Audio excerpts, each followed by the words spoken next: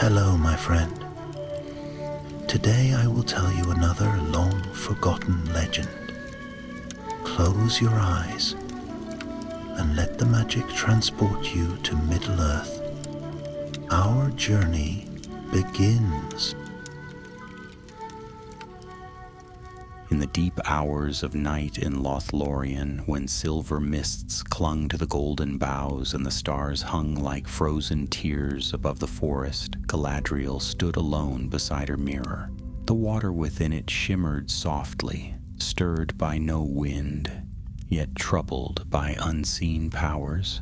Her white hand hovered above its surface, and her eyes, bright as moonlight through the leaves, were fixed upon a vision that darkened the tranquil night. She saw a tower, pale and crooked, rising out of the shadowed vale of Morgul. A sickly light oozed from its windows, and beneath it she saw the bones of ancient walls, the ruins of what once had been fair. The city of Minas Ithil, long fallen into the hands of darkness. Yet what troubled her most was not the tower itself, nor the wraiths that haunted its high battlements, but something beneath it, something that pulsed with a cold, dreadful life.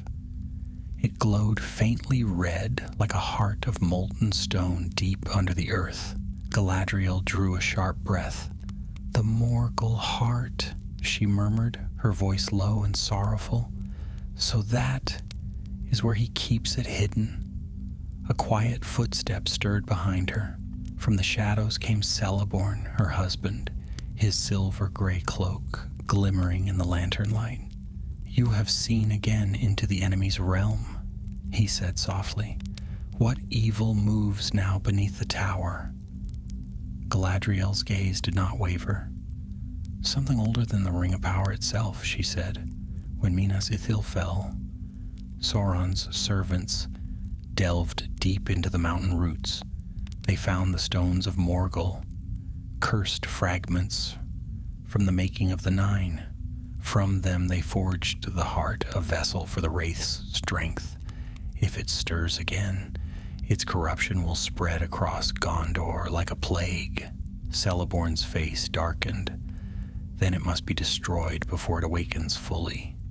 Galadriel nodded. "Yes, but not by many. The armies of light cannot march through the Vale of Morgul unseen. Only a few, swift and silent, might reach its depths. I will send word to Rivendell."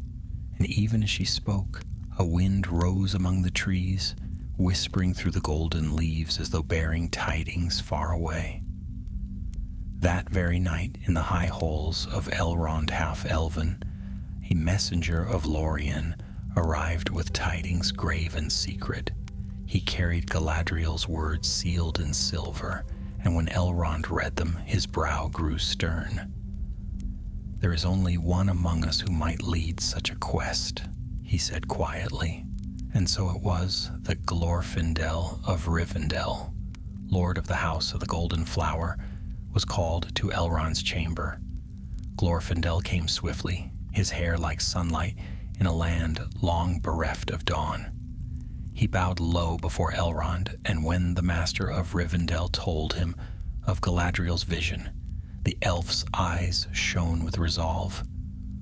"I have faced the Witch King once before," said Glorfindel, "and I shall not fear his shadow again.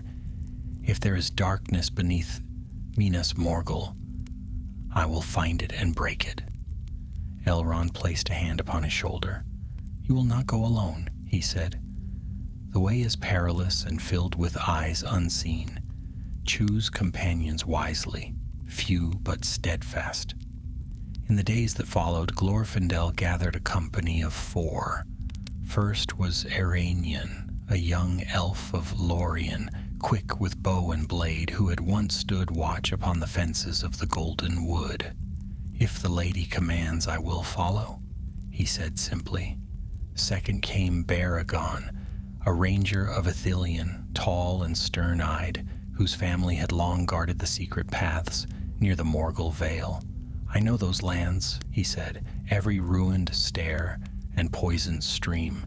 If we must go beneath that cursed tower, I can lead the way. Last joined Melwyn, a healer and lore keeper of Gondor, whose forebears had lived in Minas Ithil before its fall. There are tunnels beneath the tower that few remember, she said. Some were built in the days of Isildur.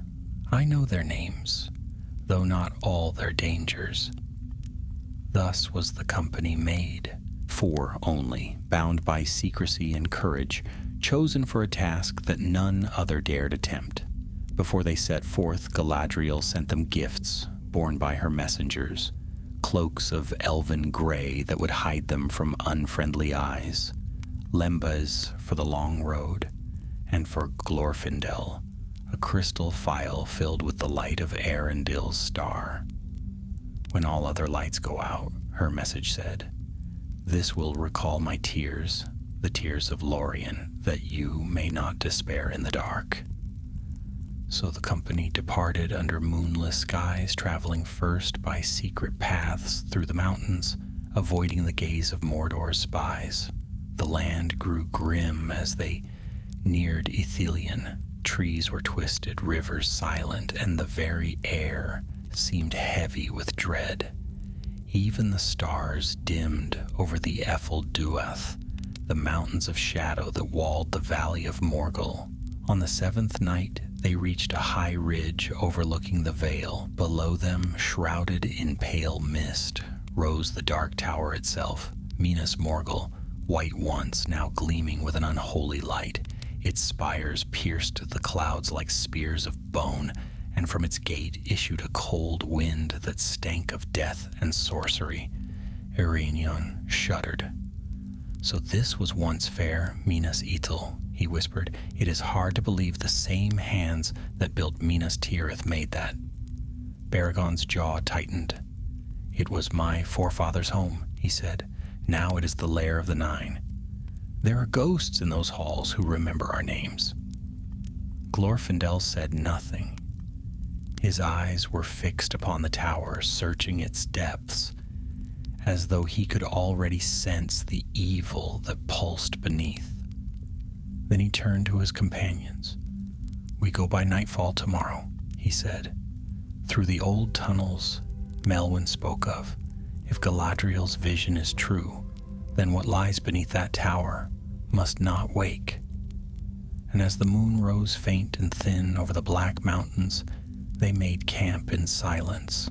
The shadows lengthened, and far below the tower of Minas Morgul throbbed with pale light, like a wound that would never heal. The quest had begun. The dawn that followed was pale and lifeless. No birds sang upon the crags, and no wind stirred the dead grasses that clung to the stones. The 4 companions rose before the light, eating little and speaking less, for the air itself seemed to listen. Beyond the ridge lay the Vale of Morgul, wrapped in a dim, sickly glow that rose from the tower like vapor from a poisoned spring. Baragon went first, his cloak drawn close, his sharp eyes scanning the slopes ahead. The way was steep and treacherous, a maze of broken paths where once fair gardens had bloomed beneath the walls of Minas Ithil. Now they were little more than pits and brambles, where pale flowers of ghostly hue twisted upward through the dust. Flowers that shunned the sun, yet thrived in shadow. The Morgul lilies, Melwyn whispered, stooping to touch one, though she did not dare. They say they grow from the tears of the slain. Glorfindel gave a grim nod. Then let us add no more tears to this place. They moved swiftly, keeping to the gullies where no patrols passed. From time to time they heard distant cries, the harsh voices of orcs echoing from the cliffs. But none came near. It was said that even the servants of Mordor feared the Vale by day, for the dead walked there, whispering in tongues older than the towers themselves.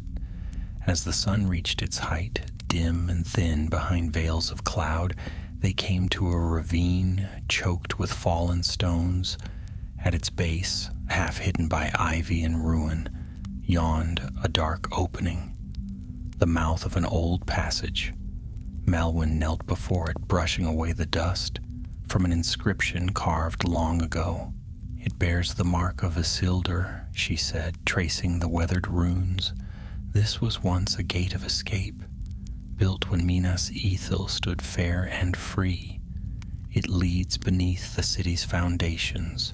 If the maps I studied in the archives are true, it will bring us near the lower halls of the tower." Glorfindel raised a torch and peered into the blackness. "Then here lies our road. Come." The tunnel was narrow, hewn from cold stone, its walls glistening with damp. A foul odor lingered there, not of decay alone, but of something ancient and restless. Their footsteps echoed softly, and the sound of dripping water came from far below. For hours they walked in silence, winding ever downward into the mountain's heart. At length they came to a chamber where the roof had partly fallen, crushing a flight of stairs. In the faint light of their torches, the wreckage seemed to twist and writhe with shadows. Eärenion climbed over the stones, his bow in hand, his keen eyes searching. "There is a way through," he said, "but we must crawl." Baragon went next, followed by Maelwyn, who carried the small lamp. Glorfindel came last, his blade drawn. And it was well he did, for no sooner had they passed into the narrow space beyond than they heard a hiss and the sound of claws scraping stone. From the darkness above dropped a shape like a great bloated spider, its eyes gleaming green, its mandibles clicking. Eärenion loosed an arrow at once, striking it through the body, but another came behind, and another after that. The tunnel was alive with movement. "Fire!" Glorfindel cried and thrust his torch forward. The creatures shrieked, recoiling from the light. Baragon drew his sword and hacked fiercely at their legs, while Maelwyn flung a vial from her satchel that burst into white flame upon the ground. The air filled with smoke and the stench of burning shell. Within moments the passage lay still again. Maelwyn pressed a hand to her chest, her breath shaking.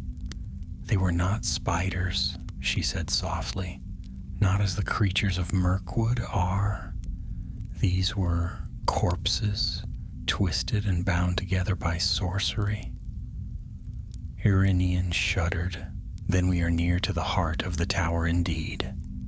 They moved on more swiftly, wary of every whisper in the dark. The air grew colder as they descended. Strange lights flickered in the cracks of the walls, pale blue and green, like will-o'-wisps trapped in stone. At times they seemed to hear faint voices crying out from deep below, but no words could be made out.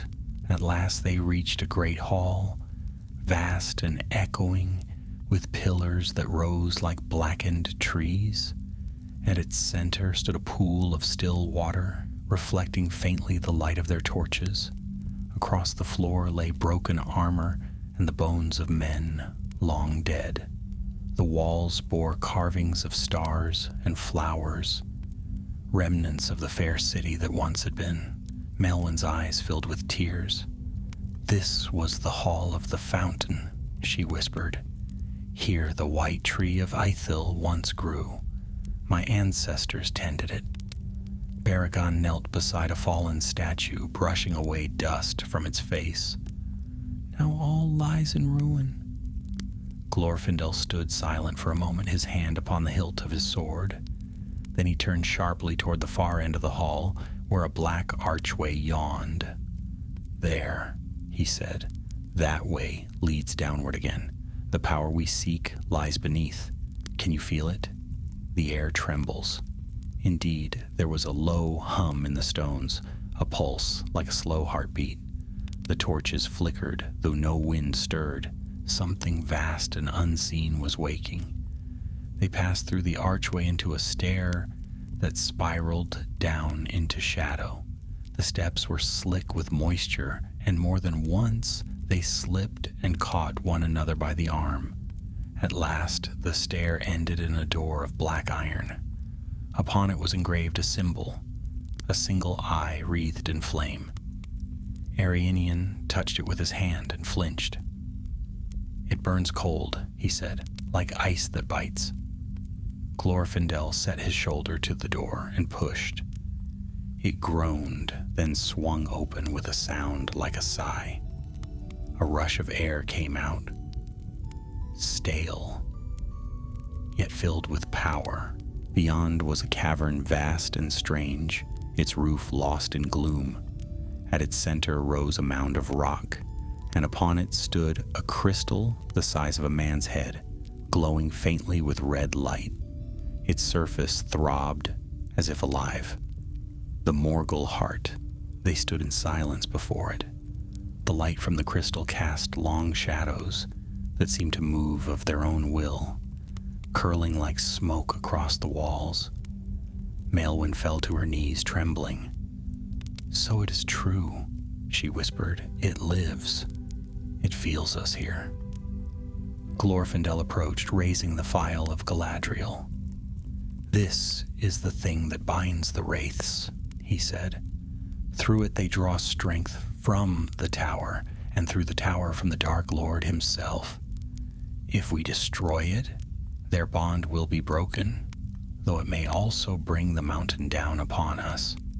Baragon's eyes were hard, then let it fall. But before Glorfindel could move, a voice echoed through the cavern, deep and mocking like wind over a tomb. "So, the lady sends her hounds." From the far end of the chamber a shadow took form, tall, black-armored, and crowned with thorns of steel. His face was hidden, but his eyes burned with cold blue fire. The very air around him shuddered with malice. "I am Mornath," said the wraith, "lieutenant of the Witch King, keeper of the heart. You have come far, but not far enough." Iranian drew his bow, but the arrow turned to ash before it left the string.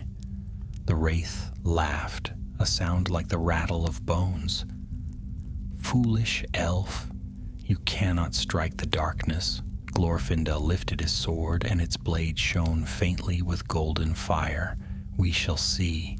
The chamber trembled as they faced one another, light against shadow, silence against the roaring dark.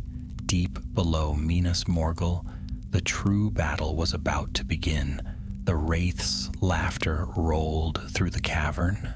Like thunder, the red light of the Morgul heart pulsed faster, bathing the stone in crimson gleam. Shadows writhed along the walls, crawling like living smoke. The four companions felt the air tighten around them as though the mountain itself drew breath to crush them. Glorfindel stood firm.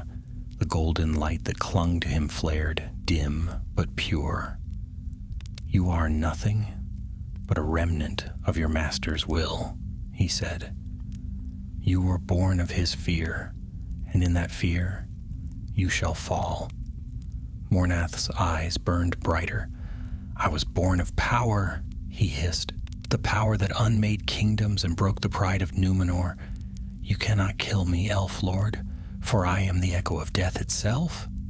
Baragon stepped forward, his sword gleaming dull silver. "Then let death meet its echo." With a cry he rushed forward, but the wraith raised one black hand. A wave of force struck Baragon squarely, flinging him across the floor. He crashed against the rocks, his breath torn from him. Maelwyn ran to his side, calling his name, yet he did not stir. "Stay back!" shouted Glorfindel. He advanced slowly, his eyes fixed upon the shadowed figure. The golden fire of his sword, Asfalothar, named for Light's Edge, burned brighter as he neared. The wraith raised his dark blade, forged in the pits of Mordor. When it clashed with Glorfindel's, a cry like the tearing of the world filled the air. Sparks flew searing through the dark. Irenian fired an arrow at Mornath's helm, but the shaft bent mid-flight and fell to dust. The young elf bit his lip, then drew his dagger and leapt forward, striking at the wraith's side. The blow met only air, for Mornath's form was half shadow, half substance. Yet for a heartbeat, the shadow faltered. Glorfindel saw his chance. With a cry that echoed through the hall, he struck high and true. The light of his blade pierced the wraith's chest, and a burst of white flame tore through the gloom. Mornath staggered, shrieking, a sound so terrible that the stones trembled. But still, he did not fall. He thrust his arm forward and caught Glorfindel by the throat. The elf lord's feet left the ground. His sword fell from his grasp, clattering upon the rock. "Even the bright ones must kneel," Mornath said, his voice cold as iron. "Long have you defied my master, Glorfindel of the West. But where now is your light? Where now is the grace of Valinor?" His grip tightened, the air around them dimmed, and the Morgul heart blazed like a dying sun. But Maelwyn rose then, her hands slick with Baragon's blood, her face pale but resolute. From her satchel she drew forth a small glass vial, one of her healer's draughts, and hurled it at the heart. The crystal shattered upon its surface, and white fire spread across it like frost. The heart screamed, a high piercing wail that shook the walls. Mornath turned, his eyes flaring in rage. "What have you done, mortal?" he roared. "Broken your spell," Maelwyn gasped. The wraith flung Glorfindel aside and strode toward her, his blade raised. But before he could strike, Iranian darted between them. He caught Mornath's sword upon his own, the force driving him to his knees. "Run!" he shouted. "Go, Maelwyn!" She did not. Instead, she lifted Glorfindel's fallen sword and held it before her, trembling. "Lady of Light, guide my hand," she whispered. The phial of Galadriel, still hanging from Glorfindel's belt, began to glow, faintly at first, then brighter and brighter, until the light filled the cavern. The radiance struck the Morgul heart, and its crimson hue faltered, turning to pale gold. Mornath screamed again, "No light! No light in my halls!" The heart cracked with a sound like breaking glass. From within, it poured a torrent of mist, dark and writhing, as though the tower's very soul were escaping. The ground heaved beneath them, dust and stone rained from the ceiling. Iranian seized Maelwyn's arm and pulled her back as Glorfindel rose once more, his strength renewed by the light. "This ends now," he cried. He leapt upon the mound and drove his blade deep into the heart. The crystal shattered utterly, bursting into fragments of fire and ash. For an instant the chamber blazed with a light too bright for mortal eyes, a mingling of flame and starlight, fierce and pure. Mornath's form twisted, his armor melting into shadow. "You think you have won," he cried, "but darkness cannot die. The tower will fall upon you, and your bones will lie with mine." With that he dissolved into smoke, his shriek fading into the depths. Only his helm remained, clattering empty upon the stones. Then all was chaos. The mountain roared as if in pain. The floor cracked open, molten rock glowed beneath. Baragon stirred at last, coughing, and Maelwyn helped him to his feet. "We must flee," she cried. "The tunnels will collapse." Glorfindel turned to them, the phial still burning in his hand. "Follow me," he shouted over the thunder. "Back the way we came." They ran, half blinded by dust and flame. The passages that had been still and silent now shuddered with falling stone. Shadows leapt and vanished in the firelight. Iranian stumbled, but Baragon caught him by the shoulder, dragging him onward. Behind them came the sound of the cavern's fall, a roar that grew louder with every heartbeat. At last they reached the stairway, and up they fled, gasping, choking. The air grew hotter, and the tunnel walls glowed red. At the top of the stair, the door of iron had fallen from its hinges.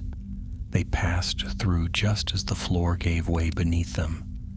Out into the hall of the fountain they burst, now filled with smoke and ruin. The pool was boiling, the pillars splitting like trees in storm. They raced across the floor and up through the broken tunnel, their cloaks scorched, their lungs burning.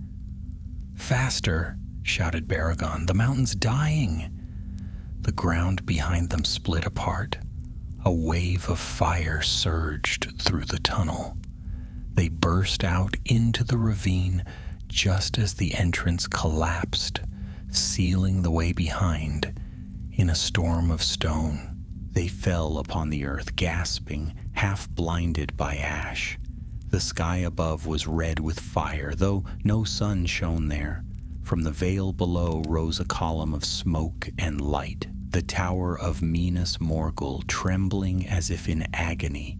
Its pale walls cracked and splintered, and from its peak poured forth a blinding flash. Then, with a sound like thunder rolling across the mountains, the tower collapsed. When the light faded, all was still. Only dust rose where the tower had stood. The Morgul Vale lay in ruin, silent, broken, and strangely at peace.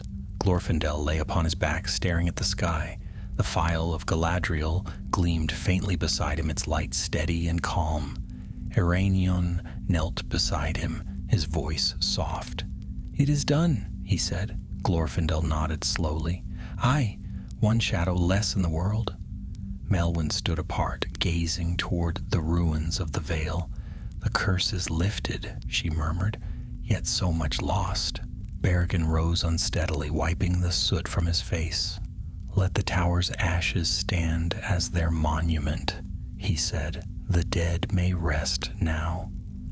And far to the north, in the land of Lorien, Galadriel looked once more into her mirror.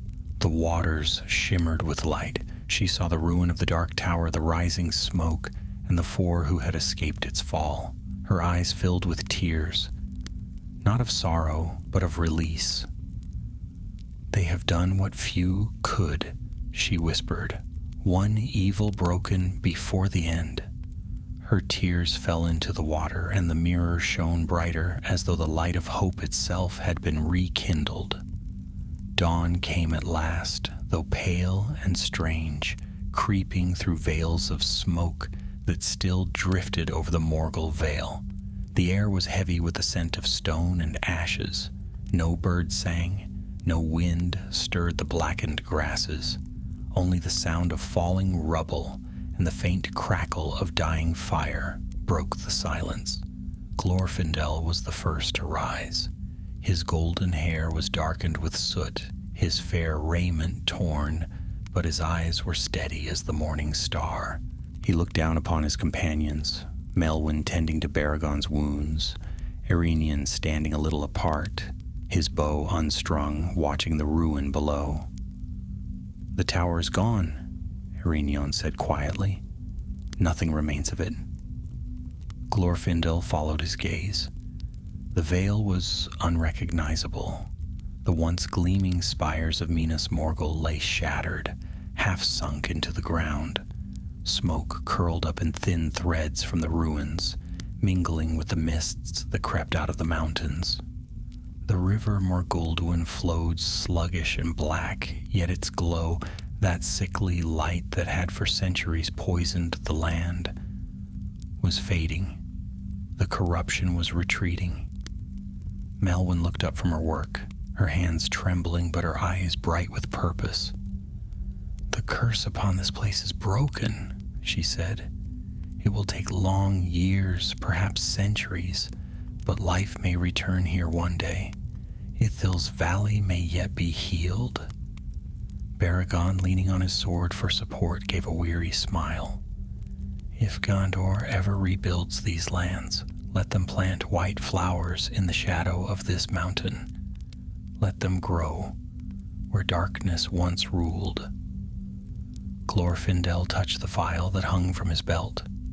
Its light had dimmed now, gentle as moonlight on water. The lady's tears still guide us, he murmured. We must carry this victory to her. She will know what it has cost. They rested little. Though the tower was fallen, the land of Mordor was still alive with watchful eyes. The orcs that had served the Nine would soon scatter or turn upon one another, but others might come, drawn by the ruin's power. And beyond the mountains, Sauron's war still raged. By midday, they began their journey westward, climbing the long broken paths toward the mountains of Efelduath. The air was thin, and their strength was failing, yet hope lent them endurance. The light of the sun seemed strange to them now, too bright after their time in the dark.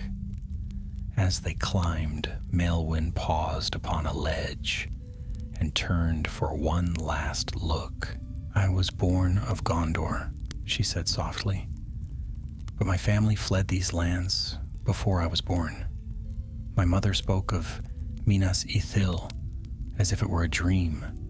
White towers, silver fountains, and laughter in the streets. I wish you could have seen it before the fall. Irinion rested a hand on her shoulder. In a way she has, he said. Her daughter has walked its halls again. Not in triumph, perhaps, but in redemption. They continued on until the sun began to set, a red disk sinking behind the western peaks. Shadows lengthened and chill winds rose from the depths. When they reached the high pass, they found a narrow hollow among the rocks where they made camp. Glorfindel sat apart, his gaze turned eastward. The glow of the ruined valley could still be seen far below, faint as embers fading in the dark.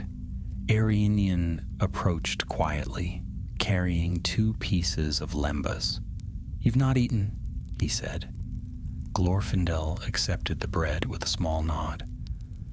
The light of the tower will soon be forgotten, he said, but the darkness beneath the world is not yet ended. The war still burns in the east. Iranian looked toward the horizon where the red glare of Mordor lit the clouds. Do you think Sauron felt it? The breaking of the Morgul heart? I do, said Glorfindel. He will have felt the tearing of that bond, but even so he will not falter. His will is vast and cruel, yet every wound weakens him.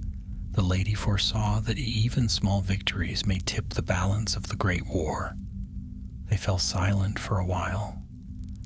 The wind whispered through the rocks, carrying faint echoes, perhaps only tricks of the mind, of distant cries and the faint clang of arms from far to the east. Later, when the others slept, Maelwyn stirred and sat beside the elf lord. Her face was pale in the starlight. You saved us all, Glorfindel, she said softly.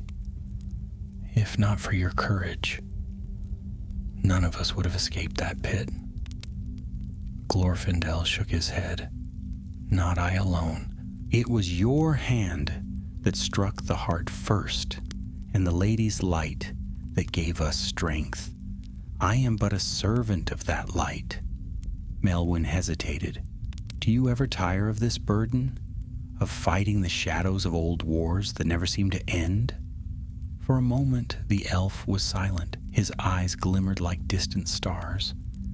Yes, he said at last. Even the Eldar grow weary, but we endure, because memory binds us. For every evil I see rise again, I remember the first dawn, the music of creation before it was marred. As long as that memory endures, so too does hope. Maelwyn smiled faintly. Then perhaps that is why the lady chose you. Perhaps, said Glorfindel. Or perhaps she chose all of us. When morning came, they broke camp and descended into the wild hills of Ithilien. The land there was wounded, but still fair. Streams ran clear again, and the scent of pine drifted through the air. The sun seemed warmer, as if in blessing. By the third day they came upon a hidden outpost of the Rangers, a small camp among the trees. Baragon hailed them in the tongue of Gondor, and the guards, wary at first, lowered their bows when they saw him. Word of their coming spread swiftly, and by nightfall they were brought to the command tent where Faramir, captain of Ithilien, awaited them. He rose to greet them, tall and grave, his eyes keen with wisdom and sorrow. "You come from the east," he said. "Few return from those cursed lands. Tell me what you have seen." Baragon knelt and bowed his head. "My lord, the tower of Minas Morgul is no more. The Lady of the Golden Wood sent us to root out an ancient evil beneath its foundations, a thing called the Morgul Heart. It has been destroyed. The tower fell with it." Faramir's eyes widened. "Destroyed? Truly?" Glorfindel stepped forward. "Truly. The veil is cleansed, though the scars will remain for long years. The wraith who guarded it is gone, and the power that fed the Nine is lessened." Faramir's face was grave, yet hope flickered there. "This is tidings beyond hope," he said. "You have done a great service, though it may go unsung in the songs of men. The war still rages at the Black Gate, but perhaps this stroke of light shall aid them unseen." He looked upon them with reverence as one gazes upon those returned from death. "Rest here," he said. "You have earned the peace of these woods." That night they slept beneath the stars, safe for the first time in many days. And though dreams of fire and shadow still troubled them, the soft wind of Ithilien whispered peace through the leaves. When morning broke, Faramir's scouts brought tidings, rumors carried by riders from the north. The armies of the west had marched upon the Black Gate. The end of the Great War was at hand. Glorfindel stood upon a ridge, looking eastward where the peaks of Mordor still smoked. "Then our part is done," he said. "Let others bear the final burden. We have done what we were sent to do." And in that quiet morning beneath the golden light of dawn, the heroes of the Morgul Vale took their first breath of peace, brief, fragile, and hard-won, yet true. For many days the company tarried in Ithilien, where the woods grew green and fair, even amidst the wounds of war. Under Faramir's protection, they rested in hidden glades beside the clear waters of the Morgulduin's upper reaches, far from the ruin they had left behind. Yet though peace lay upon the land, their hearts were restless. Each day scouts rode out with tidings of battle and rumor, for beyond the mountains the fate of Middle-earth hung in peril. Glorfindel spent the mornings walking the borders of the forest, gazing east where the dark haze of Mordor dimmed the sky. Though his face was calm, a shadow of thought lay upon him. Sometimes, when the wind turned, he seemed to hear faint cries, the echoes of war carried on the air from far away. Irenian often joined him, though he did not speak. Together they stood like tall statues of the elder days, listening to the silence that trembled between each gust of wind. Melwyn labored beside the rangers, healing the wounded that came from scattered skirmishes near the river. Her touch was light and steady, her voice soft as a mother's lullaby calmed even the dying. Baragon helped where he could, mending armor, fetching water, and tending the fires. But though his hands were busy, his eyes often turned southward, toward the plains where he'd once fought beside his kin. One evening, as dusk crept across the forest and the stars began to glimmer faintly overhead, a horn sounded from the western ridge. The watchers on the height cried out, and soon a rider came down the path, weary and mud-stained, his cloak torn by many battles. He bore the banner of the white tree, and his voice rang clear through the camp. "Victory!" he shouted. "Victory at the Black Gate! The ring-bearer has done his task. Barad-dûr is fallen." A great stillness followed, broken only by the soft murmur of the trees. Then voices rose, some in wonder, some in disbelief, and at last a cry of joy burst forth. Men laughed and wept, clasping one another by the shoulders. The shadows that had so long haunted their eyes were lifted. Faramir came swiftly to the clearing where the companions stood. "It is true," he said, his voice trembling. "The Dark Lord is overthrown. The Great Eye is extinguished. Mordor is broken, and its armies scattered to the wind." Melwyn covered her face with her hands and sank to her knees, tears streaming freely. Baragon knelt beside her, his own eyes shining. "Then our fallen may sleep at last," he said softly. Glorfindel turned his gaze eastward once more. Even now the horizon glowed faintly, not with fire, but with the strange wan light of release. A slow smile touched his lips. "So the lady foresaw," he murmured. "The darkness beneath the world is broken." That night, the forest was alive with celebration. Fires burned high, songs of Gondor echoed beneath the trees, and even the elves lifted their voices in quiet harmony. Melwyn sat among them, her face aglow in the firelight. "Do you think they know?" she asked softly. "The Lady in Lorien and the Lord Elrond? Do they feel it as you do?" Glorfindel nodded. "They will have felt it. When the shadow fell, its absence rang through the world like a bell. Every heart attuned to the light would have known. Then, Iranian said, smiling faintly, we have truly lived to see the end of an age. An end, Glorfindel said, and a beginning.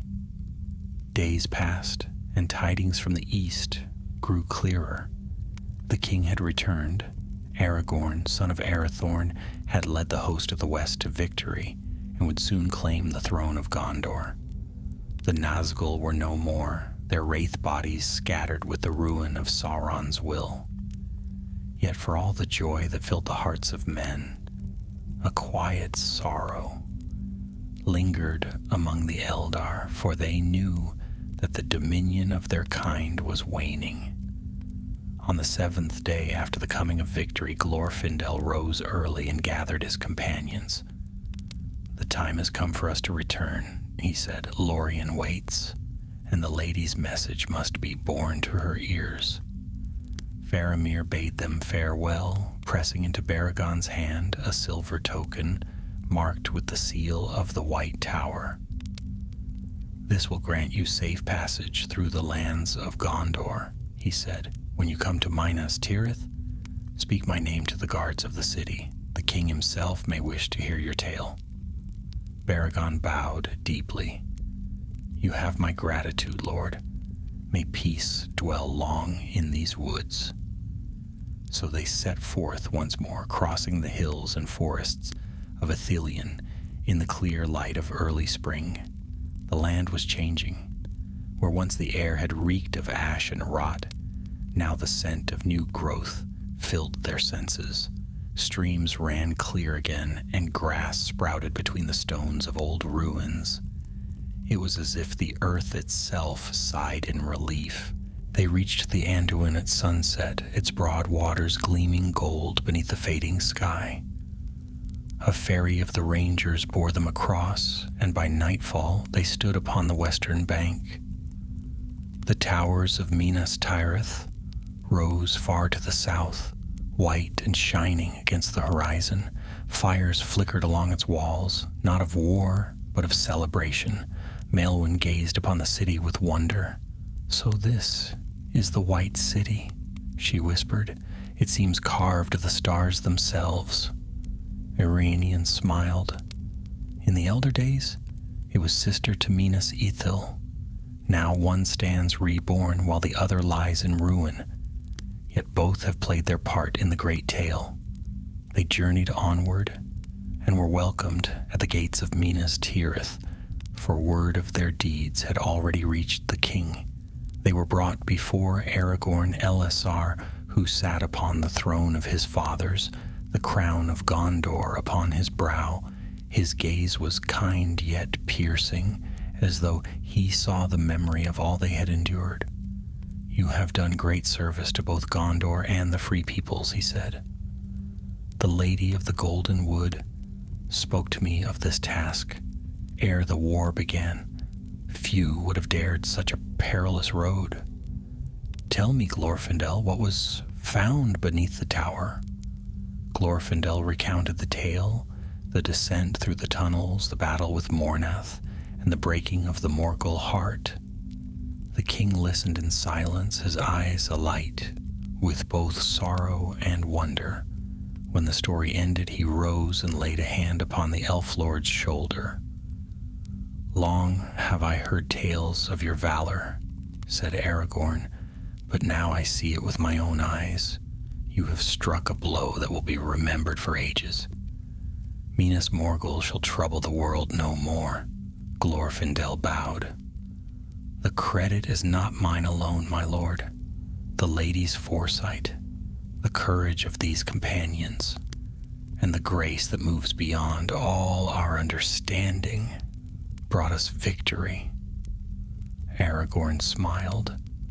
"Then may their names be honored in Gondor. Rest now, and when you are ready, the road to Lothlorien shall be open to you." That night, they were given chambers within the city, and from its high walls, they watched the lights of celebration below. Music filled the streets, and bells rang through the valley. Melwyn leaned against the parapet, her eyes reflecting the golden glow. "It feels strange," she said softly, "to know that the shadow is gone. For so long it seemed part of the world." "Even light casts shadows," Glorfindel said, "but only while it shines. When the sun rises high, the darkness beneath it fades." Irenion turned to him, thoughtful. "Then what becomes of us now?" The elf lord's gaze drifted toward the distant mountains of the east. "Now," he said, "we remember and we heal. The world is changing, my friends. The age of men begins, and the elves will pass into the west, but our part in this tale will not be forgotten." And in the heart of Lothlorien, far away beneath golden boughs, Galadriel stood beside her mirror once more. The water within it rippled, and there she saw them, weary yet alive, bathed in the light of dawn. A single tear traced her cheek, shining like a star. "The shadows are spent," she whispered, "and from my tears, light is born anew." Morning dawned clear over the White City, the first true spring morning of a new age. From the high walls of Minas Tirith, the sun rose above the mountains and spilled its golden light upon the gleaming towers, turning every stone to silver and white fire. Trumpets rang from the citadel, and banners of the tree and stars fluttered in the wind. The war was ended, and peace, fragile, newborn, and bright as morning dew, had returned to Gondor. Glorfindel stood upon the eastern battlement, his cloak stirring in the breeze. Below him, the streets were alive with song and laughter. He had seen many dawns in his long life, countless suns rising over lands now forgotten, yet this one filled him with quiet wonder. For the first time in an age, the shadow upon his heart had lifted. The darkness of Morgul was gone. Behind him came the soft tread of footsteps. Melwyn approached, her hair unbound, her eyes still weary from long days of healing. "The city rejoices," she said, "but I think few truly understand what was won or what was lost." Glorfindel turned to her, his expression gentle. "They need not understand all. Joy does not ask for wisdom. It blooms where sorrow once grew, and that is enough." She smiled faintly. "You speak as one who has seen the world turn many times." "I have," said Glorfindel, "and still it never ceases to astonish me. How swiftly hope returns when given but a spark. That day the king himself held council in the great hall. Captains of Gondor, princes of Rohan, and emissaries from distant lands gathered to speak of the rebuilding of kingdoms. Glorfindel and his companions were summoned to stand before the throne one final time. Aragorn Elisar greeted them warmly, his crown gleaming in the sunlight, streaming through the high windows. "Friends of the West," he said, "you have done deeds that few shall ever equal. The ruin of the Dark Tower beneath Morgul Vale has brought peace to the borders of Gondor. I would see you rewarded before you take your leave." Baragon stepped forward and bowed deeply. "My lord, my reward is to see Gondor free. I ask nothing more." But the king smiled and placed his hand upon the man's shoulder. "You have served both in battle and in secrecy, and your courage shall not be forgotten. I name you captain of the Rangers of Ithilien, guardian of its woods and valleys. Serve there in peace, and may the land bloom again beneath your care." Baragon's eyes filled with quiet pride. "So shall it be, my king." Then Aragorn turned to Maelwyn, "Lady of Gondor, healer and keeper of the old lore. Your wisdom preserved the light when all seemed lost. Will you remain in the city, that the houses of healing may flourish under your guidance?" Maelwyn hesitated. "My heart is torn between here and the Golden Wood," she said softly. "But if it pleases you, I will serve in both. When the wounded are mended, I will journey north to Lorien to carry the lady's word." "So be it," said Aragorn, and he placed upon her finger a ring of silver wrought in the shape of a lily. "For remembrance," he said, "of light restored." At last he faced the two elves, Glorfindel and Eärenion. "To you, my friends of the elder kindred, I owe more than words can say. The Lady Galadriel's counsel has ever guided me, yet it was her hand through yours that struck this victory. What gift may a king offer those who have seen the light of the two trees?" Glorfindel bowed his head. "We seek no reward, Elisar Telcontar. The world of men begins anew, and that is gift enough. But if you would grant me one boon, let it be this: that the lands of Ithilien remain forever green, and that the memory of Minas Ithil's beauty be not lost to time." The king smiled.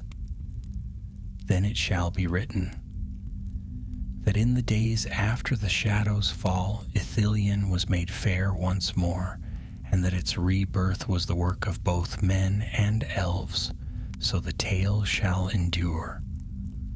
When the council ended, the companions stood once more upon the white steps of the citadel, their hearts heavy with farewell. The sound of celebration echoed through the city below, but among them there was silence, the silence of endings and of beginnings. Eärenion spoke first. "It is strange," he said. "The world seems smaller now, though its burdens are less." Glorfindel smiled faintly. "So it always feels when a great shadow passes. The light reveals all things again, and what once seemed vast is shown to be simple and good." That night they feasted in the great hall, where the banners of victory hung, and minstrels sang songs of the ring-bearer and the king returned. Yet for all the joy, a quiet melancholy settled upon the elves. They could feel the slow fading of their kind like the ebbing of a tide. Soon the call of the sea would come to them, and their time in Middle-earth would end. On the following morning, Glorfindel and Eärenion prepared to depart. The gates of the city opened before them, and the people gathered to watch them go. The king and queen stood upon the wall, blessing their journey. Maelwyn came also, dressed in a white gown, her hair bound with silver. She placed her hands upon Glorfindel's and said, "May the lady's light ever shine upon your road." "And upon yours," he replied. "The world will need healers more than warriors now." Baragon embraced them both, though his eyes were solemn. "I will hold the memory of our quest as long as breath remains in me. If ever you return to Ithilien, you shall find a friend awaiting you." "So I shall," said Glorfindel. "Farewell, Captain of the Woods."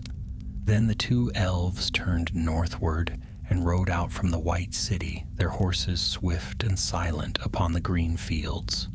The road wound through the lands of Lebanon and up along the Anduin, where spring flowers bloomed beside the river. Birds sang in the thickets, and the air was sweet with the scent of new life. For many leagues they rode in quiet, speaking little. At times they passed villages where people came forth to wave and cheer, for word of their deeds had spread. But the elves did not linger. Their hearts longed for the peace of their own lands. As they drew nearer to the borders of Rohan, the land rose into gentle hills, and they beheld the snow-tipped peaks of the White Mountains to the west. In the valley of the Entwash, they camped beside a stream, and there Glorfindel sat long in thought. "The age of men begins," Eärenion said quietly beside him. "Will you sail when the ships are ready?" Glorfindel gazed up at the stars. "Perhaps, yet some part of me still clings to this world, to its mountains and its music, its grief and its glory. I was sent once to guard the hope of men and elves alike. Until that hope is secure, I will not depart." Eärenion smiled faintly. "Then I shall remain as well for a time. Lorien calls to me still." "Lorien," Glorfindel said softly, "where the lady waits." When morning came, they crossed the borders of Rohan and took the hidden ways toward the Golden Wood. The air grew cooler, and the grass shone with dew. At last, as twilight fell, they beheld the dim gleam of Caras Galadhon among the trees, the heart of Lothlorien, shining as though a fragment of the elder stars had fallen to earth.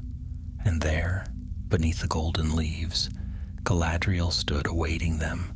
Her eyes were bright, her face calm and sorrowful, and in her hands she held the mirror of silver water. "Welcome home, my champions," she said. "The darkness is past, and the world breathes again." Glorfindel knelt before her and placed the phial upon the grass. Its light glowed once more, pure and clear. "The Morgul heart is broken," he said. "The tower has fallen. Your tears guided us through the dark." Galadriel's gaze softened. "Then let them fall once more, not in sorrow, but in joy." And as she spoke, a single tear slipped down her cheek and struck the ground, where it shimmered like a gem.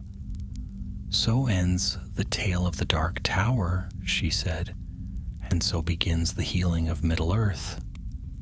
The wind whispered through the golden trees, carrying the promise of peace, and the faint echo of distant laughter, like the memory of dawn returning after endless night. Spring deepened in Lothlorien, and the Golden Wood awoke from its long quietude. For years, it had stood watchful, veiled in song and starlight, while the world beyond burned. Now the wind that stirred its boughs was soft and clean, and the rivers that ran through its roots sang once more of peace. Beneath the golden canopy of Caras Galadhon, The Lady of Light walked among her people, her white garments glimmering like moonlit water. The war was over, the shadow had fallen. Glorfindel and Eärenion were welcomed with joy and reverence, though few among the Galadrim had expected ever to see them return. The news of Minas Morgul's ruin spread swiftly through the wood. Songs were made in their honor, songs of valor and sorrow, of light descending into darkness and rising again. Yet for all the praise they received, both elves were quiet, as though part of their spirit still wandered the dark halls beneath the mountain. Galadriel herself met them beside the mirror, where the waters reflected the golden leaves above. Her gaze rested upon Glorfindel with warmth and pride. "The threads of fate are woven anew," she said. "Your deeds have hastened the healing of many lands. Already the light returns to Ithilien, and the shadow upon the river is gone." Glorfindel bowed his head. "The lady's foresight guided our every step. Without it, we would have perished beneath the dark tower." Galadriel smiled faintly. "Even foresight cannot move the hearts of the brave. That was your doing." She turned then to Eärenion, whose young face was grave and thoughtful. "And you, child of the Golden Wood, you have seen what few of your kind ever shall. Hold that memory close, for it will be your burden and your gift." "I shall remember," said Eärenion quietly, "but memory is a heavy thing." "As all wisdom is," said Galadriel, "yet it is through remembrance that the light endures." Days passed into weeks. The air of Lorien grew fragrant with blossoms, and the silver malern leaves whispered softly of renewal.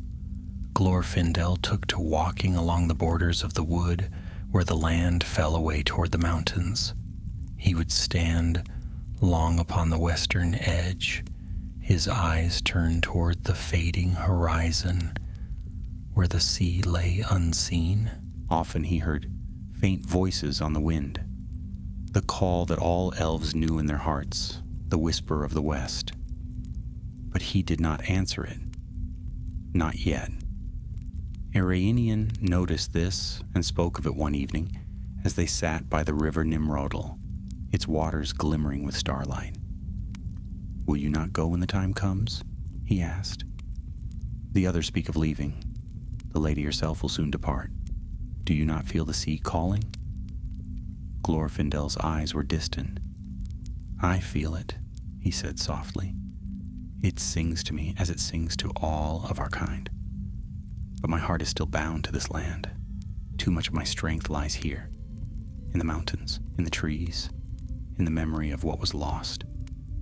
Until I see Middle-earth healed, I cannot forsake it." "Yet can it ever truly be healed?"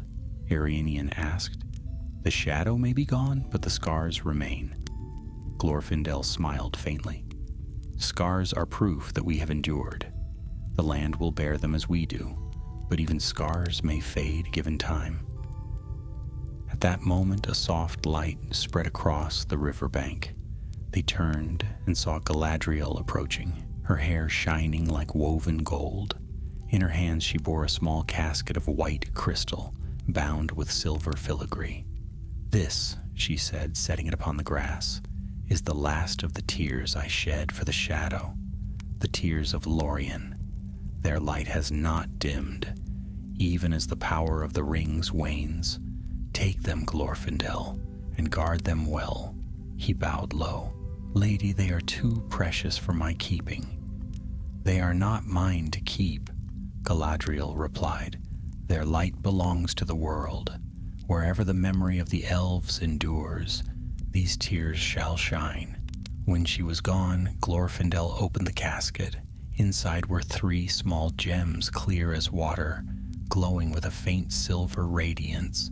They pulsed like living hearts. "They are bound to her power," he murmured. "When she sails, their light will fade." "Then we must make use of them before that hour comes," said Iranian. "Perhaps they may yet heal what darkness touched." And so in the days that followed they set forth once more, not as warriors, but as wanderers and healers. With Galadriel's blessing they traveled beyond the borders of Lorien, bearing the tears into the wild lands. They went first to the ruins of Eregion, where the forges of old lay cold and silent. There, among broken stones and forgotten halls, they placed one of the gems in the river Saranen, that its waters might run pure again. The land seemed to stir with life at their touch, and flowers that had not bloomed in 1,000 years rose upon the riverbanks. From there they journeyed south into Ithilien, where Baragon awaited them beneath the green boughs. The valley, once poisoned by the breath of Morgul, was already awakening. Trees grew tall again, and the fields were bright with color. When Glorfindel saw it, he smiled. So the king keeps his promise. The land remembers its grace. Baragon knelt before him. "Much of that grace was yours, my lord. The men of Gondor speak of the elf fire of Morgul Vale, and of how the tower fell with a single flash of light. You have become legend." "Legends are but the shadows of truth," Glorfindel said. "The light that broke the tower was not mine alone. It was the lady's tears, the same light that now returns to these lands." They walked together through the reborn meadows, and there, beside the ruins of an ancient fountain, Glorfindel set the second gem. Its radiance sank into the stone, and the waters flowed clear once more. Birds came to drink, their wings catching the sunlight like shards of glass. "2 tears return to the earth," Iranian said. "One remains." The third gem they carried far to the north, beyond the greenwood and the fields of the Anduin, into the shadowed valley where once stood Dol Guldur, fortress of Sauron's servants. There, amid blackened stones and twisted roots, they placed the final tear. For a long moment, the land was still. Then the air brightened, and a soft wind blew through the dead trees, sweeping away the last scent of corruption. When it was done, Glorfindel stood silent, gazing at the fading glow of the gem. "So passes the last of the lady's light from these shores," he said. Irinian turned to him. "Will you go now at last?"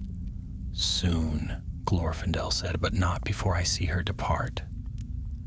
They returned to Lorien in the waning of summer. The forest was quiet, and many of its people had already gone. Only a few remained to tend the trees until their end. In the heart of the wood, the lady stood ready for her final voyage, her white ship waiting beyond the silver shores. Glorfindel knelt before her once more. "The tears have been set," he said. "Their light has healed much that was broken." Galadriel smiled, and her eyes shone with the reflection of the stars. "Then my heart is glad. The light I bore is not ended. It lives in the land and in those who remember." As she turned toward the west, the forest shimmered one last time as though bidding her farewell. Glorfindel watched until the gleam of her ship vanished beyond the horizon. Then he stood alone beneath the golden trees, the whisper of the sea in his ears, and the memory of her voice lingering in his heart. The age of the elves was ending, yet the world was brighter for their passing. And in the quiet of Lorien, where starlight mingled with the rustle of leaves, Glorfindel whispered to the wind, "Her tears have become the world's hope, and that will never fade." Autumn came softly to the golden wood, and with it a silence deeper than song. The malorn leaves turned from silver green to a burnished gold that glimmered in the dimming light. The laughter of the elves grew rare. Their voices hushed as though they feared to disturb the peace that now lay heavy upon the land. For the lady was gone across the sea, and her power, once woven through every leaf and shadow, had faded from the air like a departing breath.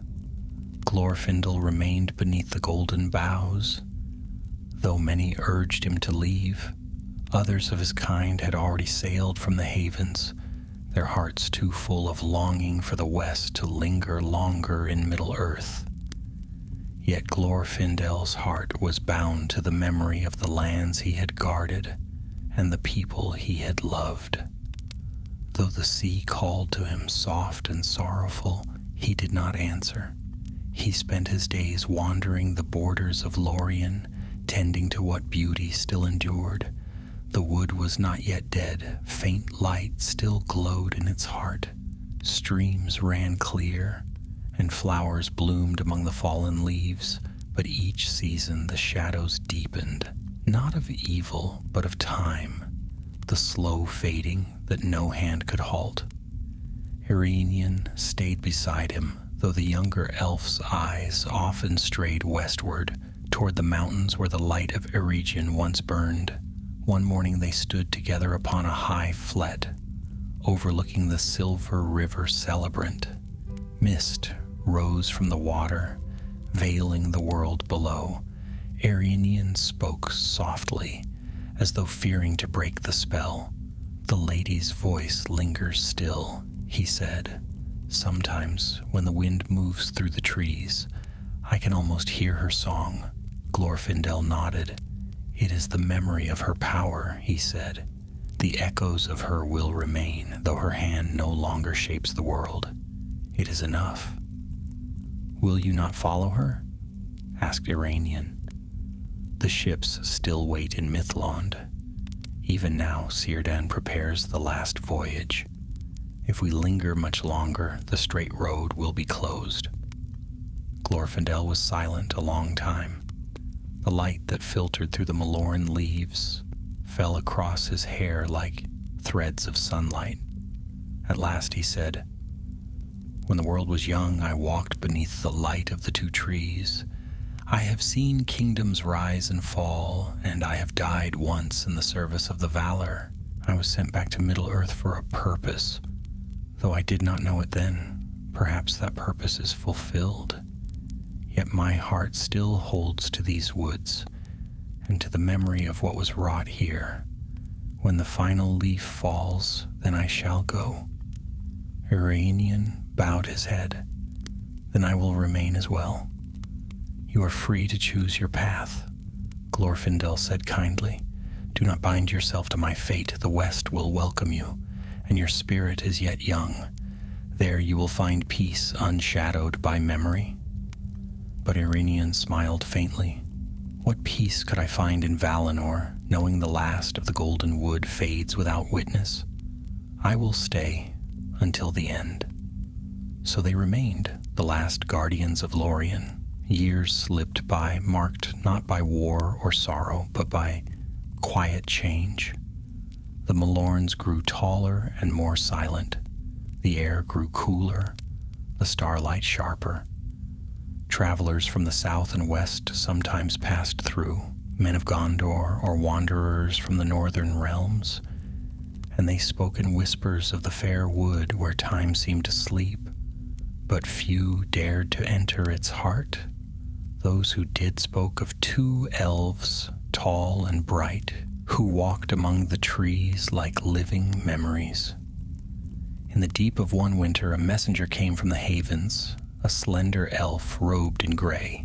His name was Arendir, and his eyes held the reflection of the sea. He brought tidings from Círdan, the shipwright of Mithlond. "The last ship will soon depart," he said. "Already the straight road grows dim. If you wish to sail, you must come before the next moon wanes." Erenion's face grew pale, but he said nothing. Glorfindel only nodded. "I thank you for the message," he said, "but my road is not yet done." Arendir regarded him with sadness. The power of the Eldar, wanes swiftly now. Soon, Middle-earth will forget us, and even the memory of our light will fade into legend. You are of the few who still bear the radiance of Aman. Will you let it die here, unremembered? Glorfindel's eyes softened. Light cannot die, he said. It changes form as water changes to mist. The memory of it will linger in the hearts of men, though they know it not. That is enough. The messenger bowed. Then may the stars watch over you, my lord. And with that he departed westward, his song fading into the forest. When he was gone, Iranian turned to Glorfindel. If you stay, then so shall I. But tell me truly, do you not fear the end? I have known death once, said Glorfindel. It holds no terror for me.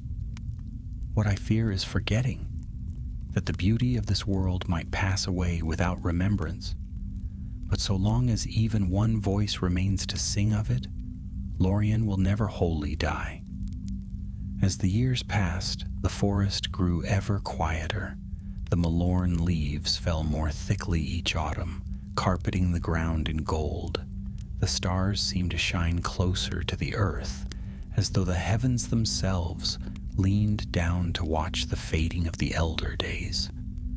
Sometimes men came seeking wisdom or solace, and Glorfindel would speak to them beside the fires of night, telling tales of the First Age, of Gondolin's fall, of Beren and Luthien, of the light that once shone undimmed.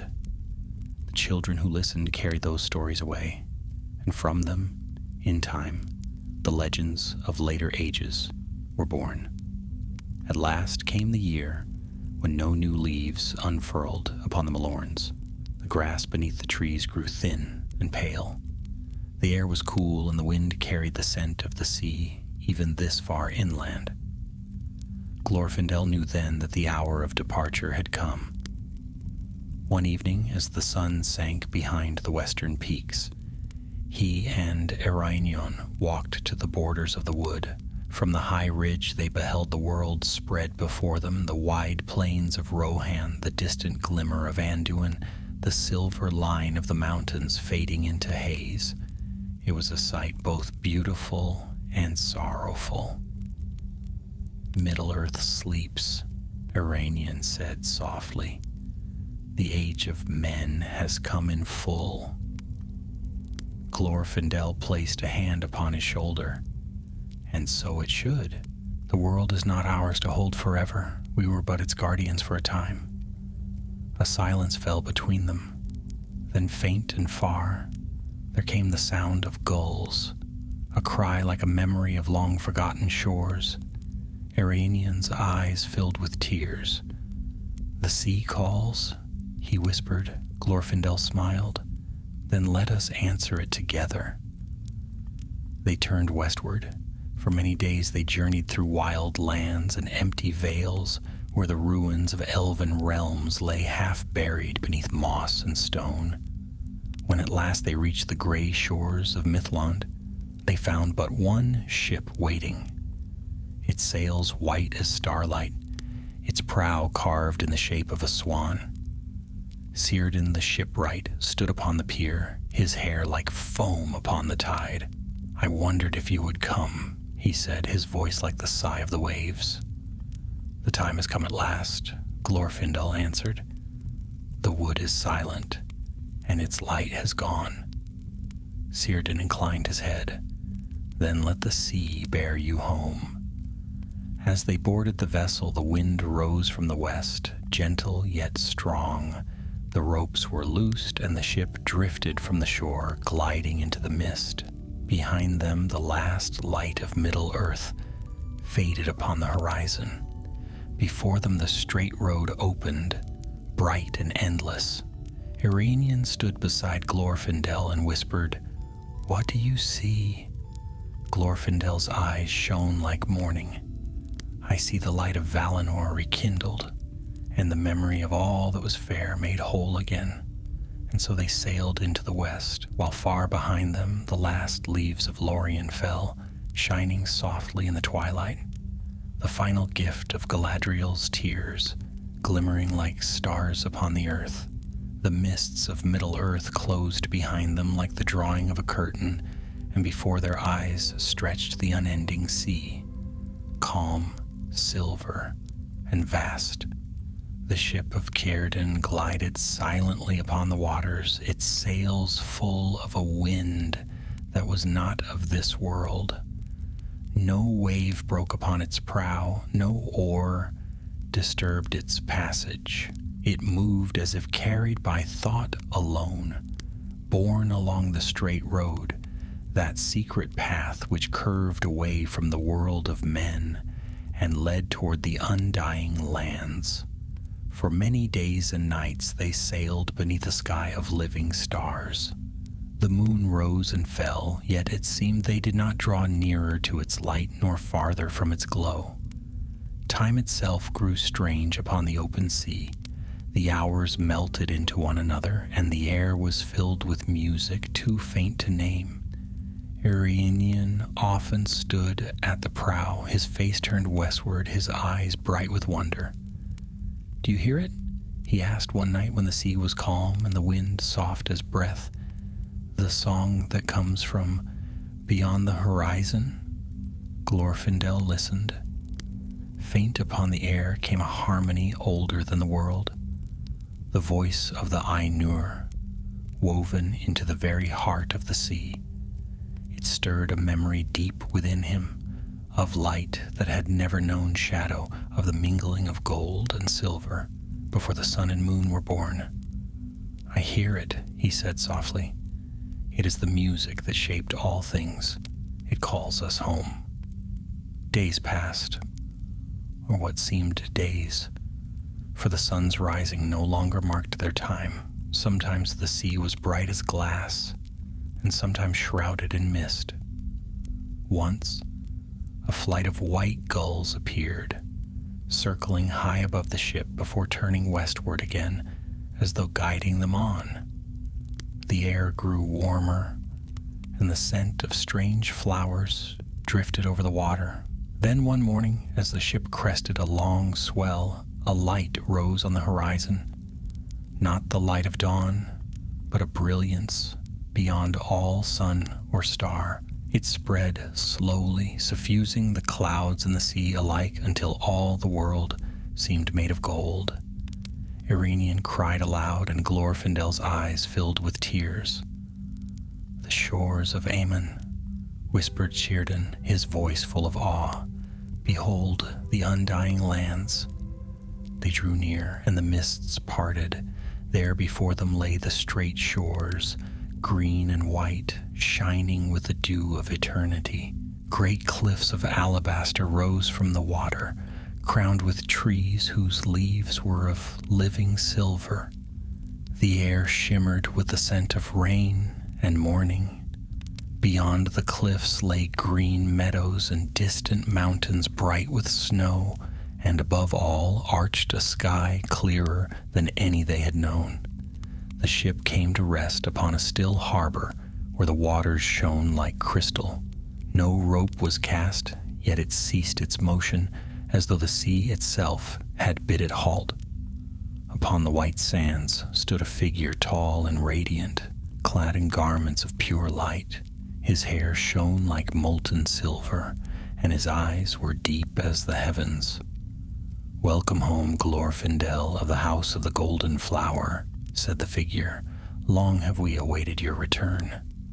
Glorfindel bowed low, for he knew him to be Eönwë, herald of the Valar, who had once led the hosts of the West in the War of Wrath. "The world beyond grows old," said Glorfindel. "Its song grows faint, yet still it endures." Eönwë smiled. "And through you, its song has reached our ears once more. You have carried the light of the West into the darkness of Middle-earth and kindled hope there anew. Now come and behold what has been preserved." They stepped ashore, and a warmth unlike any earthly sun embraced them. The weariness of ages fell away, and every breath seemed to renew their spirits. The grass beneath their feet glowed faintly, and the rivers that flowed through the land sang like laughter. Iranian knelt and touched the ground. "It is as if the very earth remembers joy," he whispered. They walked long beside the river that led inland. Birds of bright plumage flew among the trees, and flowers opened as they passed. Soon they came to a great plain where stood a white city, surrounded by gardens. Valimar, the city of the Valar. Its towers gleamed like moonlit marble, and its gates were adorned with gems that glowed of their own accord. At its center stood 2 tall trees, no longer as they had been in the elder days, yet from their roots sprang 2 fountains of light, one golden, one silver, mingling their radiance into a single beam that reached the heavens. There Glorfindel stopped, overcome. "The trees are gone," he said softly, "and yet they live." Yunwe nodded. "From their memory these fountains flow. The Valar do not forget what once was. Even loss can bear fruit eternal." As they gazed upon the fountains, a soft voice spoke behind them, and so the wanderers returned. They turned, and there stood Galadriel, clothed in white, her hair a crown of gold. But her face was younger now, free of sorrow, and her eyes shone with peace. Iranion fell to one knee, speechless, while Glorfindel smiled through tears. "My lady," he said, "the world you left has not forgotten you. Your tears have healed its wounds." Galadriel's gaze softened. "The world has always healed itself given time. We were but its shepherds for a while." She reached out and placed a hand upon Glorfindel's brow. "You have done all that was asked of you, and more. Rest now beneath the light of the undying day." In that moment, a deep peace filled him, a peace greater than any he had known, even in the blessed realm of his youth. The long years of toil, the battles, the sorrow, and the fading of his kind, all were washed away like shadows. Before dawn, they remained in Valimar for many days. Iranion wandered through its gardens, marveling at the wonders of the West. Glorfindel met again many he had thought lost. Ancient friends from Gondolin and beyond the sea, who welcomed him with song and laughter. Even the air seemed alive with memory. Every leaf, every stone bore the echo of harmony. And yet sometimes Glorfindel would climb the high hill west of the city, where one could look out upon the sea. There he would stand for long hours, watching the horizon where the light of Middle-earth still glimmered faintly across the curve of the world. "Do you miss it?" asked Galadriel once, finding him there at twilight. "Yes," he said, "I miss its imperfection, its sorrow, its struggle, for within those things lay its beauty." Galadriel nodded slowly. "And that is why you were chosen to return, to remind us that even in darkness the smallest light may shine unforgotten." Together they stood in silence as the wind swept over the sea, carrying faint echoes of distant lands, of forests reborn, of rivers running clear once more, of the laughter of men beneath the new sun. At last, Glorfindel spoke again. "Then it is finished." "It is finished," said Galadriel, "but not ended. For every ending is but the turning of another page in the great tale." The stars rose above them, burning bright and endless. And there, upon the white shores of the undying lands, the 2 who had borne the lady's tears looked out upon eternity, their hearts filled not with longing but with remembrance, for the world they had saved, and for the light that would never fade. Long years passed beyond the sea, yet in Middle-earth the memory of the elves did not fade at once. The lands they had walked still bore their touch, and the places where their tears had fallen remained hallowed by quiet light. In the early days of the Fourth Age, when the rule of men grew strong and the white tree blossomed once more upon the heights of Minas Tirith, there lingered among the people of Gondor stories, soft as dreams, of those who had gone before. In the city's gardens, children played beside the fountains that Glorfindel had once seen, now flowing clear as mountain glass. Their laughter echoed through the marble courts, and in their games they spoke of the elf lord of the golden fire, who had ridden forth when the shadow rose. None could say whence the tale had come, yet it was told from hearth to hearth. How light had burst from the valley of Morgul, and how a dark tower had fallen, its evil burned away in the tears of a lady far across the sea. Bards of Gondor sang of it at feasts. They named it Galadriel's Tears, a lay of sorrow turned to hope. But as the centuries passed, the song grew dim, its meaning clouded by time. The lady became a figure of myth, half spirit, half star. Glorfindel, a nameless warrior crowned in gold. Erinyon, a shadowed companion who vanished into legend. Yet even in the fading of their memory, something pure endured, the echo of light in darkened hearts, the faith that good might rise again from ruin. In Ithilien, Baragon kept his promise. Under his care, the land flowered anew. Vineyards climbed the hillsides, and white lilies grew, where once the poison of Morgul had choked the soil. When he grew old, he built a small shrine beside the fountain that Glorfindel had cleansed, a place of quiet reflection, open to wind and starlight. There he set a stone, inscribed in the speech of Gondor.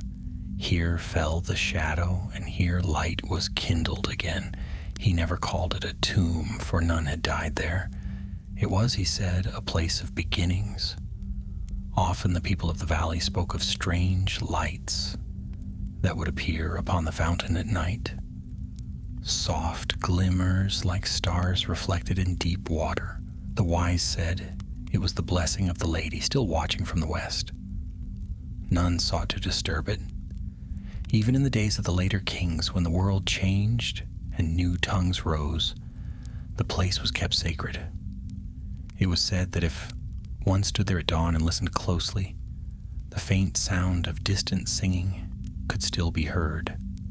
A melody without words, beautiful and sorrowful.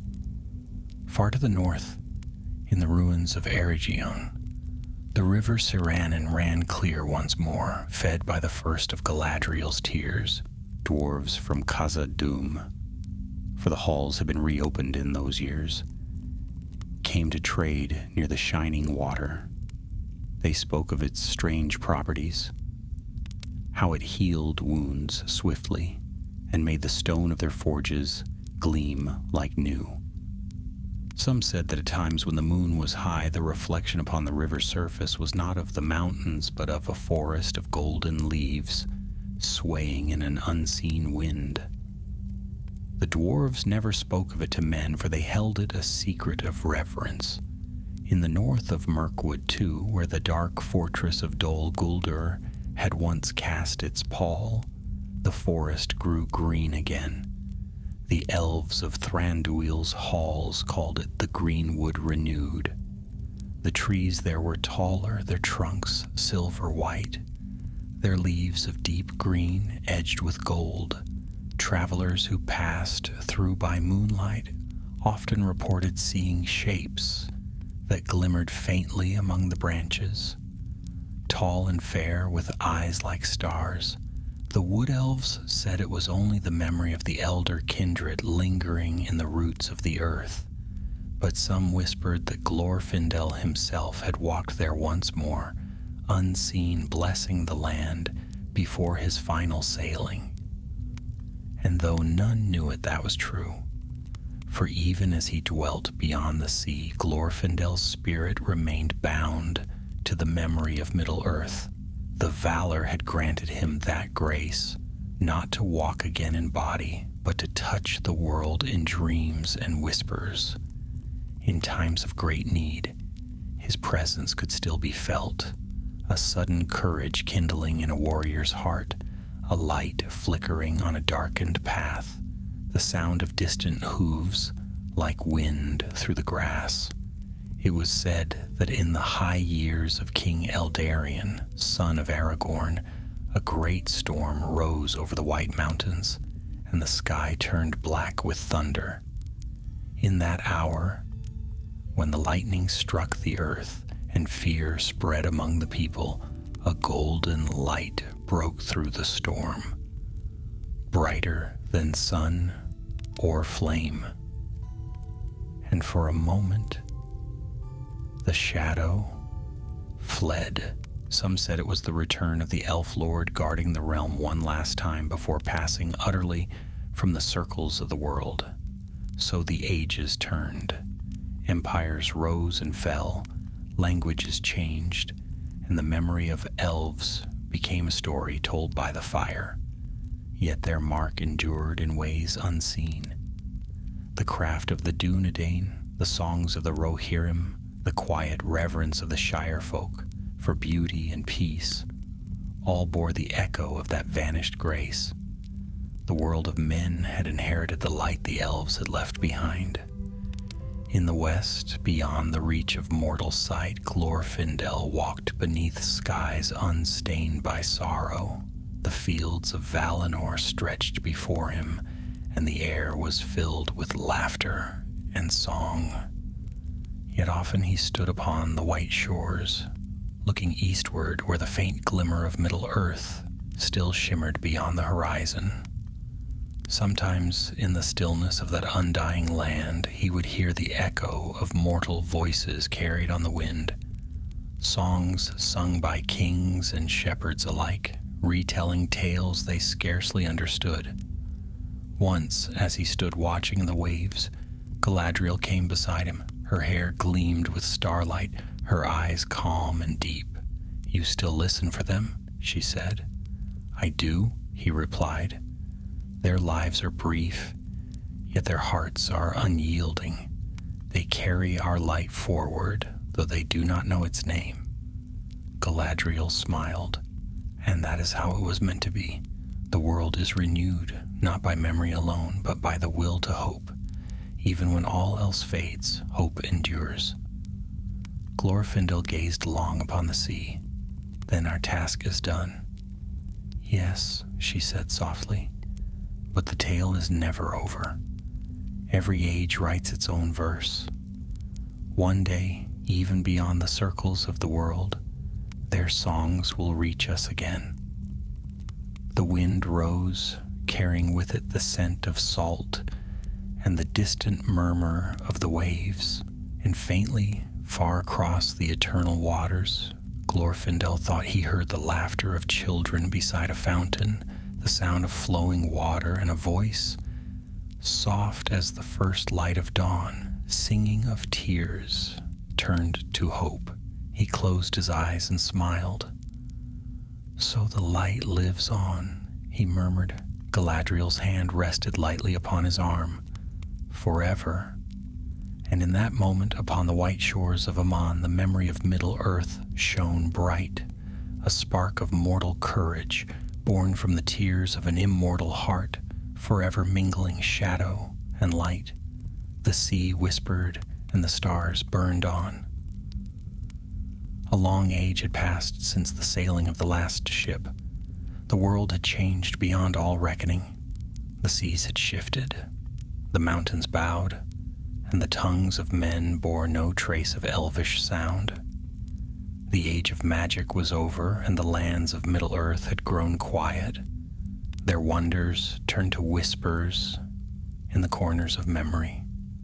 Yet though the elves were gone and their names half forgotten, something of their spirit remained, hidden like light beneath the roots of the world. In the south, where Ithilion's hills rolled green and bright, the white lilies still bloomed each spring. Their petals shone faintly beneath the moon, as though dusted with starlight. The folk of those lands no longer remembered the Lady Galadriel by name, but They called those flowers stars of the valley, and believed they brought peace to those who walked among them. At the heart of the valley, the ancient fountain still murmured. Moss had overgrown its stones, yet the water that flowed there never froze nor grew foul, even in the harshest winter. At times, travelers spoke of seeing a pale glow beneath the surface, like a tear of silver flame sleeping in the deep. Further north in the wild woods that had once been Mirkwood, the greenwood still stood tall, untouched by axe or fire. The men of the north called it Erin Ameth, the blessed forest. It was said that birds never fell silent there, and even the wolves kept their distance. Many who entered the wood at dusk claimed to hear music, soft and strange, like harps played by unseen hands. Others spoke of golden lights flickering between the trees, vanishing when approached. Few lingered long, for though the forest held no malice, it filled the heart with an ache of longing, a sorrow for things once beautiful and lost. Beyond the mountains and the ruins of the ancient cities of men, scholars still found carvings of slender figures with bright eyes and flowing hair. They puzzled over their meaning, calling them spirits of light or guardians of the elder world. Yet those who lingered in the quiet halls at twilight often felt a hush come upon them and a warmth that could not be explained. One young chronicler who had spent many years copying old texts in the library of Minas Tirith wrote in his journal, "Sometimes, when the lamps burn low, I fancy that the air trembles, as if a breath passes through it. Then I remember the old tales and my heart stirs. I cannot say why, but I feel that we are watched by kind eyes. The world had moved on, empires had risen and fallen, new kings had come, their banners bright and proud. Yet through all the changes of time, a few things endured. Songs lingered, old, wordless melodies hummed by shepherds on lonely hills, their tune older than the stones. Tales told by grandmothers beside the hearth spoke of golden woods and silver queens, of warriors whose swords shone with starlight, and of a woman's tears that healed a broken world. They called her by many names, the Star Maiden, the Light Weaver, the Queen beyond the sea. But all who spoke of her felt the same quiet awe and a sense that she had once walked among them. In time, the scholars of the Western realms came upon a story so ancient that even their oldest parchments could not name its author. It told of 4 travelers who went into darkness and struck down an evil buried beneath a tower of pale stone. Their names were lost, but the story ended with a line written in an unknown hand. From her tears, the land was cleansed, and from sorrow came renewal. The scholars debated its meaning, but the people did not. To them, it was a tale of hope, and so they kept it close, passing it on from generation to generation. Centuries later, when the kingdoms of men spread across the seas and the stars themselves seemed farther from mortal reach, the tale was still told. In one small village by a western shore, an old mariner built a stone bench overlooking the sea. Each night he sat there and watched the waves. When asked why, he would smile and say, "I am waiting for the light to return." He spoke of a ship of white wood and silver sails that would come one day, bearing the souls of the lost home again. None believed him, but none mocked him either, for in his voice was a truth beyond proof, the same truth that lives in every heart that dares to hope.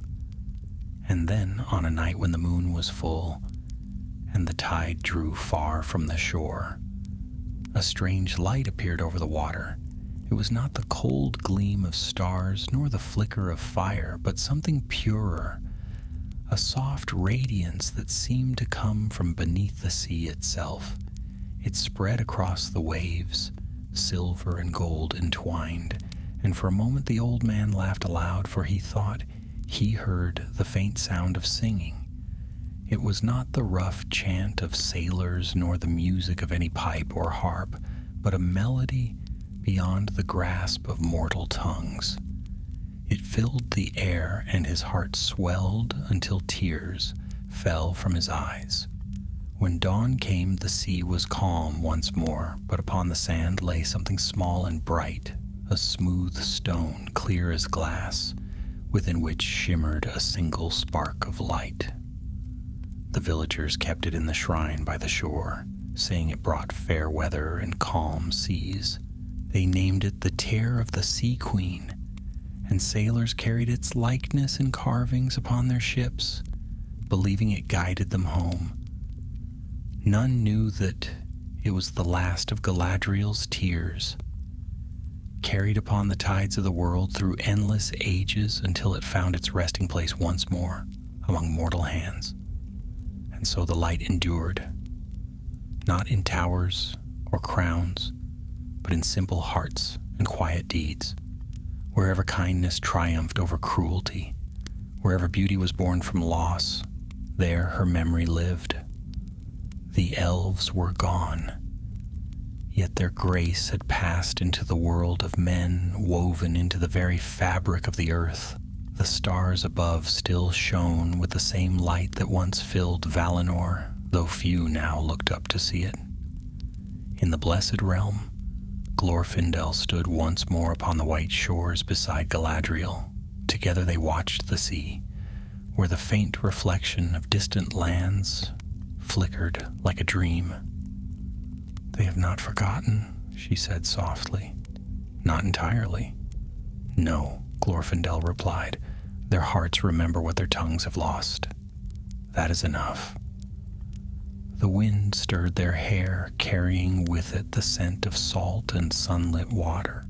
For a moment it seemed that laughter echoed across the waves, not of elves nor of spirits, but of mortal children playing beside a shining fountain where starlight danced upon the water's face. Galadriel smiled. "So ends the tale of my tears," she said. "Yet every ending is but another beginning.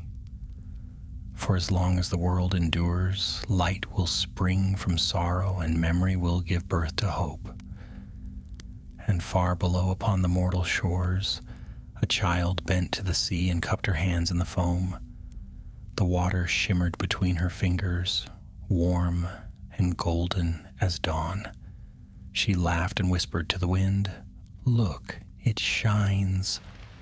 The sea answered softly, carrying her laughter into the deep, where the light of Galadriel's tears gleamed forever, a promise kept, a song unending.